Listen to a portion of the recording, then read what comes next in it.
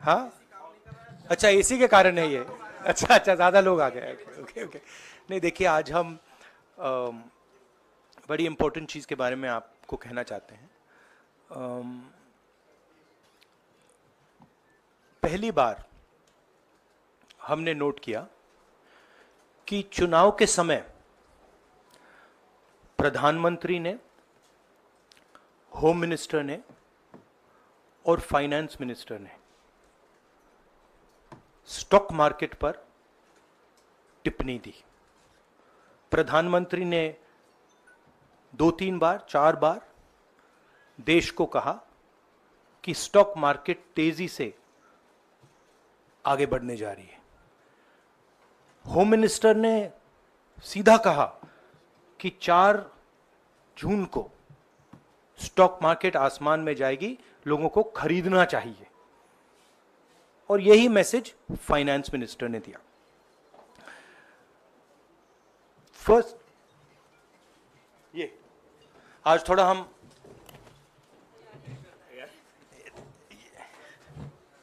तो ये क्रोनोलॉजी है। अमित शाह कहते हैं बाय शेयर्स बिफोर 4 जून। 19 में नरेंद्र मोदी जी कहते हैं stock market will break records on June 4। फिर 28 मई को रिपीट करते हैं। 1 जून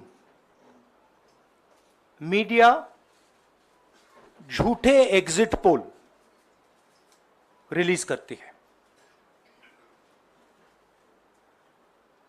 बीजेपी का ऑफिशियल जो इंटरनल सर्वे था वो उनको 220 सीट दे रहा था।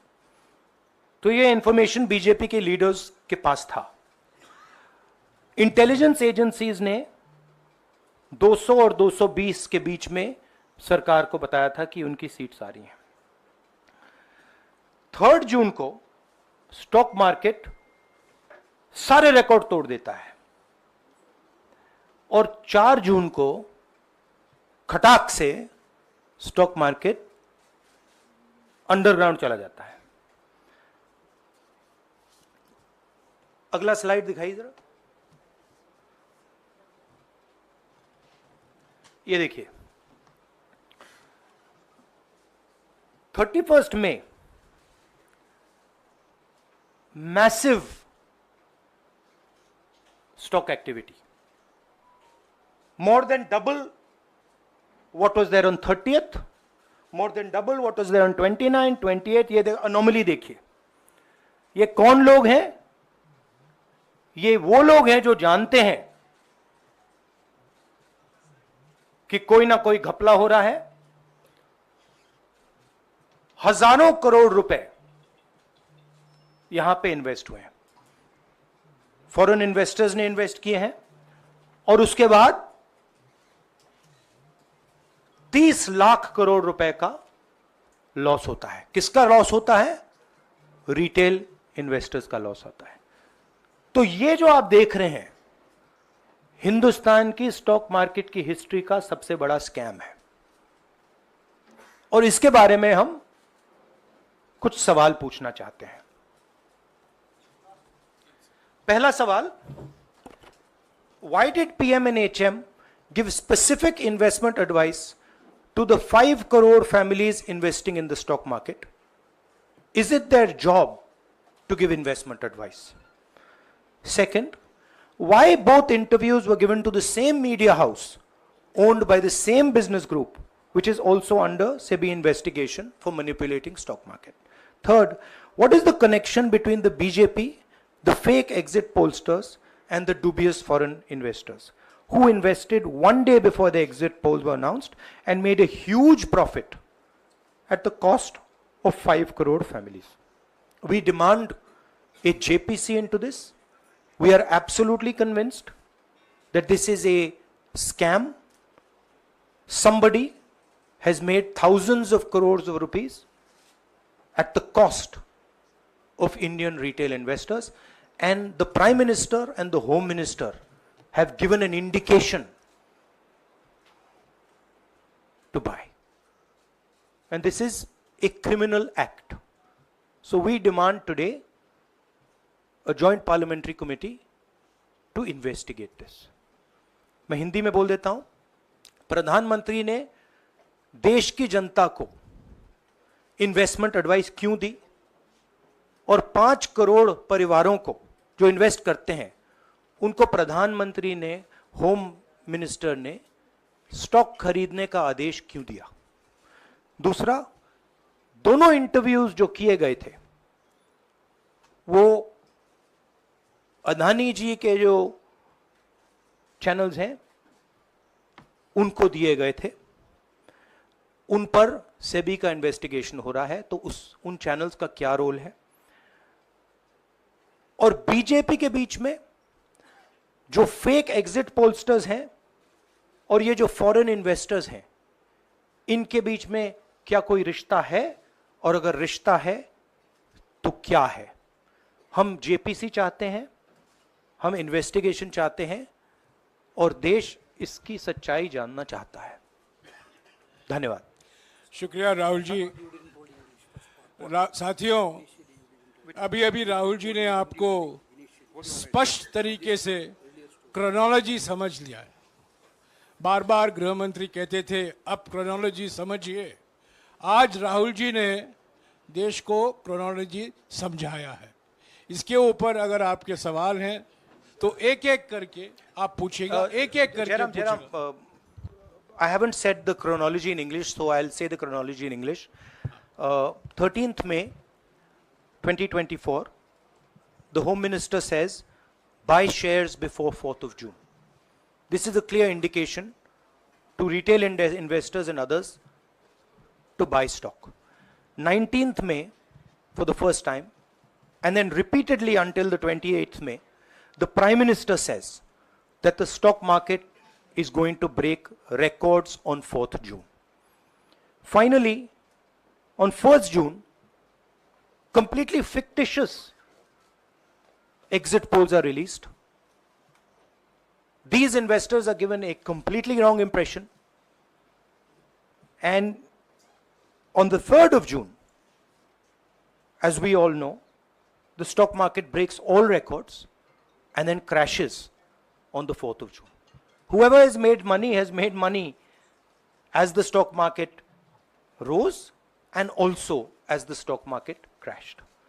And we are interested in having a joint parliamentary committee, a JPC, to investigate the role of the Prime Minister, the role of the Home Minister, role of BJP members, and also those people who have done these fake exit polls. And finally, we want to understand who are the people, these foreign investors, who did these trades. So we want an investigation for that. शुक्रिया राहुल जी. हाँ संजय. राहुल जी, इससे पहले भी आपने Adani issue पे JPC पिछली लोकसभा में मांग की थी, तो क्या आप चाहेंगे कि ये इशू और हिंडनबर्ग इशू दोनों कंबाइन हो और दोनों की जांच हो? ये जो इशू है, this is a broader issue than just the Adani issue. It is connected to the Adani issue, but this is a much broader issue. This is directly the Prime Minister of India, Home Minister, who are privy to data on actual election results, who have IB reports, who have their own data, who are advising retail investors to buy stock on the 4th. This has never happened before. And by the way, the Prime Minister has never commented on stock market before this. This is the first time the Prime Minister has commented, very interestingly, and multiple times, one after the other, saying that stock market is going to boom, stock market is going to boom, stock market is going to boom. And at the same time, he has information that the exit polls are wrong. He has information that he knows what is going to happen because he has IB data and he also has his own party data. हाँ जी रवि. राहुल जी, मेरा सवाल यही है कि जी news ने भी ये सारी चीज बताई है जनता को कि कई चैनलों ने मिलकर ये सब चीज किया है, जिस तरह से एग्जिट पोल करके लोगों को गुमराह किया है, जिस तरह से शेयर बाजार में सारा कुछ हुआ है. जी न्यूज़ ने भी इस मामले को उठाया है और बताया है, और आपके कहने का सीधा अर्थ है कि अडानी को इसका फायदा उठाने के लिए किया गया है? नहीं, मेरा कहने का ये अर्थ है कि उसमें अदानी इन्वॉल्व हो सकता है, मगर ये अदानी से बहुत बड़ी चीज है। इसमें बीजेपी के सबसे बड़े नेताओं ने कहा है, रिटेल इन्वेस्टर्स को मैसेज दिया है कि आपको स्टॉक खरीदना चाहिए। उनके पास इंफॉर्मेशन थी कि एग्जिट पोल्स गलत हैं, उनके पास इंफॉर्मेशन थी कि बीजेपी को फुल मेजॉरिटी नहीं मिलने वाली है, और वो जानते थे 3 जून को और 4 जून को क्या होने वाला है। कितने का 30 लाख, कितना 30 लाख करोड़ का नुकसान हुआ है, कितने का 30 लाख करोड़ रुपए का नुकसान हुआ है, और हजारों लाखों करोड़ रुपए का चुने हुए लोगों को फायदा हुआ है। और हम इंक्वायरी चाहते हैं प्रधानमंत्री पर, होम मिनिस्टर पर, जिन्होंने एग्जिट पोल किया उन पर, और ये जो फॉरेन इन्वेस्टर्स हैं उन पर। हाँ शेमिन,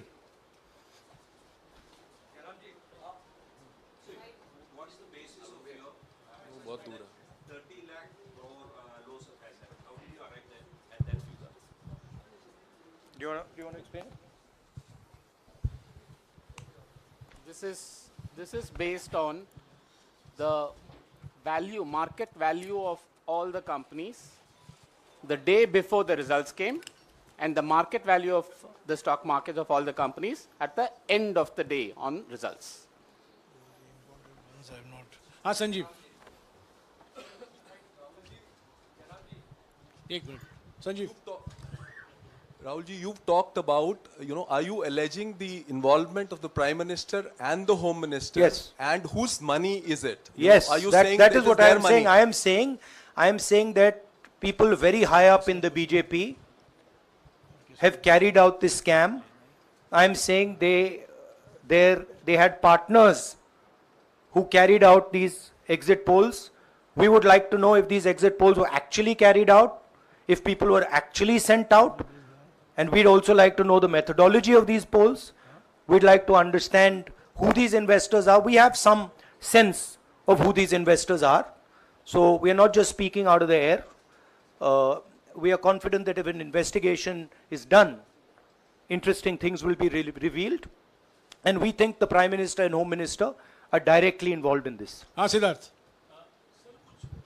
कंपनीज की भी आपको लगता है जांच होनी चाहिए जिनके शेयर बहुत अप गए, जिनके सबसे ज्यादा शेयर खरीदे गए और जिनके शेयर उसके बाद में बीच में बेचे भी गए, तो उन कंपनीज का भी को भी इस दायरे में आना चाहिए, आपको लगता है? हमारा कहना है कि यहाँ पे बड़ा क्लियर है कि स्कैम हुआ है। प्रधानमंत्री ने डायरेक्टली कहा है, होम मिनिस्टर ने डायरेक्टली कहा है, इंडिकेट किया है जनता को कि स्टॉक मार्केट ऊपर जाएगी। होम मिनिस्टर ने तो साफ कह दिया कि खरीदना चाहिए। और जब प्राइम मिनिस्टर और होम मिनिस्टर और फाइनेंस मिनिस्टर ऐसी बात करते हैं तो उसका रिएक्शन आता है, लोग उसको बिलीव करते हैं। तो बिल्कुल क्लियर है कि इन 3 लोगों ने कहा है। यह भी क्लियर है कि इनको मालूम था कि रिजल्ट 400 का नहीं है, 300 का भी नहीं है। तो ये हम पता लगाना चाहते हैं, उसमें आप जो कह रहे हो वो भी शामिल है। राहुल जी, ब्रह्म प्रकाश दुबे, इंडिया डेली लाइव से। मेरा सवाल यह है कि जो आपने बताया है इतना बड़ा स्कैम है, पहले भी आपने कई मामले उठाए हैं, जेपीसी की मांग पहले नहीं मांगी गई है, तो क्या आपने कहा ये आपराधिक मामला है, क्या कोर्ट में जाएंगे या पुलिस में शिकायत दर्ज करेंगे, क्योंकि आप कह रहे बहुत बड़ा घोटाला है ये? नहीं भैया, मैंने अभी आपको शिकायत दर्ज करेंगे क्योंकि आप कह रहे बहुत बड़ा घोटाला है ये? नहीं भैया, मैंने अभी आपको बोला हम जेपीसी डिमांड कर रहे हैं, इन्वेस्टिगेशन डिमांड। अगर नहीं मांगते तो पुलिस में, कोर्ट में जाएंगे? जो भी करना है करेंगे, बट हम आपको ये इंफॉर्मेशन दे रहे हैं कि ये जो हुआ है ये नॉर्मल चीज नहीं है। इसमें प्रधानमंत्री ने इंडिकेशन दिया है, होम मिनिस्टर ने इंडिकेशन दिया है, फाइनेंस मिनिस्टर ने इंडिकेशन दिया है, अदानी जी के चैनल्स के थ्रू इंटरव्यूज किए हैं, और फाइनली लोगों ने इन्वेस्ट किया है, लोगों ने फाइनेंशियल एक्शन लिया है, कंपनीज ने शेयर खरीदे हैं। इसी विषय पर, एक मिनट, इसी विषय पर, इस स्टॉक मार्केट घोटाले पर ही हम सवाल ले रहे हैं। मौसमी, इसी विषय पर कीजिएगा बस। एक मिनट, आ रहा हूं यार, एक मिनट। राहुल जी, एक करके आ रहा हूं यार। राहुल जी, हम लोग ने पहले भी देखा है कि आप लोग ने कई बारी जब सेशन होता है तो सत्ता पक्ष और विपक्ष आमने सामने होता है, जेपीसी की मांग होती है और सेशन पे सेशन वॉश आउट हो जाते हैं और जनता का पैसा वेस्ट होता है। तो क्या आपको ये तो लगता है- बीजेपी की लाइन है। तो क्या नहीं, मतलब जनता का पैसा के सेशन वाटर आप ऐसी टी शर्ट ले लो ना एक, मुझे मैं आपको टी-शर्ट दे लेने दूंगा, की जरूरत नहीं है। उनका राहुल- उनका वो सिंबल दे दूंगा आपको, ये राहुल उनकी जी, लाइन है। सवाल आपको पसंद नहीं आए वो अलग बात है, पर आपको किसी नहीं, के सवाल इस मुझे तरह बहुत से- पसंद आ रहा है। इस तरह से उंगली उठाने की जरूरत नहीं है। आप चेक बहुत कर अच्छा लग रहा है, मुझे बोलिए। बीजेपी का बैच पहनने की आप जरूरत सवाल नहीं। पूछे ना, सवाल नहीं, आपको भी जयराम साहब ये बोलना चाहिए, नहीं, सवाल गलत पूछिए। बात है। सवाल पूछे। मेरा बस ये सवाल था कि जेपीसी की मांग पे कई बारी कामकाज ठप हो जाता है, तो क्या आपको लगता है कोई और भी राह आप लोग सड़क की राह इख्तियार कर सकते हैं, क्योंकि ये आम आदमी का पैसा है। हम जनता को एक रियलिटी बता रहे हैं कि यहाँ पे क्लियरली एक स्कैम हुआ है। यहाँ पे प्राइम मिनिस्टर ने इंडिकेट किया है, यहाँ पे होम मिनिस्टर ने इंडिकेट किया है, यहाँ पे फाइनेंस मिनिस्टर ने इंडिकेट किया है। नॉर्मली बीजेपी की ये पोजीशन होती है कि जब भी हम कोई मुद्दा उठाते हैं तो हम पार्लियामेंट का टाइम वेस्ट कर रहे हैं। वही पोजीशन आपने अपनाई है, इसीलिए मैंने आपसे कहा कि देखिए आप बीजेपी की पोजीशन ले रही हैं।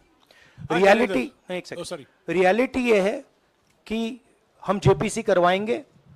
अब ऑपोजिशन में बहुत ज्यादा ताकत है, बहुत ज्यादा स्ट्रेंथ है और पूरा जो पार्लियामेंट का की सिचुएशन है वो बदल गई है। हाँ जैनेंद्र, राहुल जी, जेपीसी की मांग जो आपने की है वो तो पार्लियामेंट सेशन में होगी, लेकिन ये जो आम निवेशक हैं देश भर के जिनका 30 लाख करोड़ डूबा है, उनमें कर्नाटक के, तेलंगाना के, हिमाचल के भी लोग होंगे। तीनों राज्यों में आपकी सरकार है, क्या राज्य की जो जांच एजेंसी है उसके जरिए आप जो उन राज्यों के निवेशकों का कम से कम पैसा डूबा है, ये जो आप पूरे नेक्सस की बात आप कर रहे हैं, गुमराह करने की बात कर रहे हैं, क्या वहां से कोई इसके बारे में कार्रवाई की हम उम्मीद कर सकते हैं? सोचा जा सकता है, बट ऐसी चीज के लिए शायद जेपीसी सही औजार होगा। हाँ Ranjeeta, last question. Ranjeeta, okay, Mohit is asked, Ranjeeta यार आप पूछते रहे। मोहित चलो। आपको ऐसे सर मैं He's upset with me. Sir मैं मोहित आपने चमत्कार किया, पूछ लीजिए। सर मैं मोहित हूँ, न्यूज नेशन से। नहीं, जानता हूँ। सर लगातार पिछले घोटालों में भी आपने जेपीसी की बात की थी, आपने हर जांच की बात की और ये एक बड़ा घोटाला सामने आया, इसमें भी आप जेपीसी की मांग कर रहे हैं। कितनी उम्मीद है कि लोग जेपीसी की ये लागू करेंगे? आपको क्या लगता है कि ये जेपीसी लागू करने वाले, अगर नहीं करेंगे फिर क्या करेंगे आप लोग? नहीं, हम प्रेशर लगाएंगे, डालेंगे, बट मुझे लगता है कि जो पहले राजनीतिक सिचुएशन थी, जिस इम्प्यूनिटी के साथ प्रधानमंत्री पहले काम करते थे, मुझे लगता है वो अब खत्म हो गया है, तो दूसरा नतीजा आएगा। राहुल जी, ये आखिरी है क्या और दो लेंगे? ये आखिरी है। आखिरी नहीं, आखिरी हो गया, इन्होंने कह दिया आखिरी। ओके रंजीता।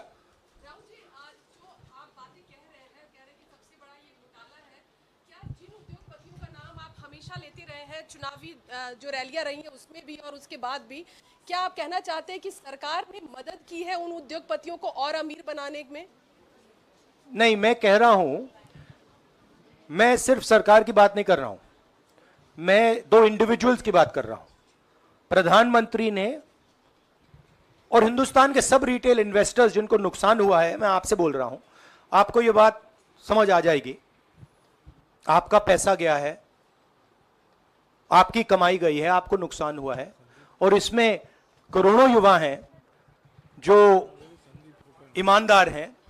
तो नरेंद्र मोदी जी ने, अमित शाह जी ने आपको मैसेज दिया कि 4 तारीख को स्टॉक मार्केट आसमान छुएगी, और आपने उन पर भरोसा किया।